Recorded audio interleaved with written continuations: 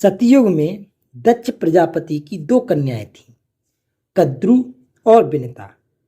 उनका विवाह कश्यप ऋषि से हुआ था। कश्यप अपनी धर्म पत्नियों से प्रसन्न होकर बोले, तुम्हारी जो इच्छा हो वह वर मांग लो।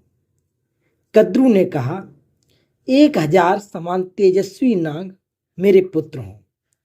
विनिता बोली, तेज शरीर और बल विक्रम में कद्रु के पुत्रों से श्रेष्ठ केवल 2 ही पुत्र मुझे प्राप्त हों।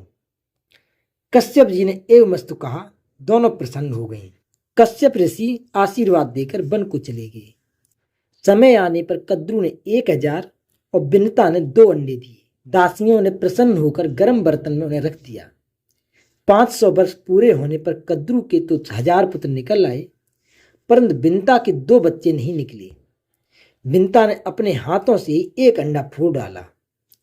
उस अंडे का शिशु आधे शरीर से तो पुष्ट हो गया था, परंतु उसका नीचे का आधा शरीर अभी कच्चा था। नवजात शिशु ने क्रोधित होकर अपनी माता को श्राप दिया, माँ तूने लोभवश मेरे अधूरे शरीर को ही निकाल लिया है, इसलिए तू अपने उसी सौत की 500 वर्ष तक दासी रहेगी, उससे डाह करती रहेगी। यदि मेरी तरह तूने दूसरे अंडे को भी फोड़कर उसके बालक को अंगहीन या विकृत न किया तो वह तुझे इस शाप से मुक्त करेगा। अगर आप ये चाहते हैं आपका दूसरा बालक बलवान हो तो धैर्य के साथ 5 वर्ष तक और प्रतीक्षा कर। इस प्रकार शाप दे करके वह बालक आकाश में उड़ गया और सूर्य का सारथी बना।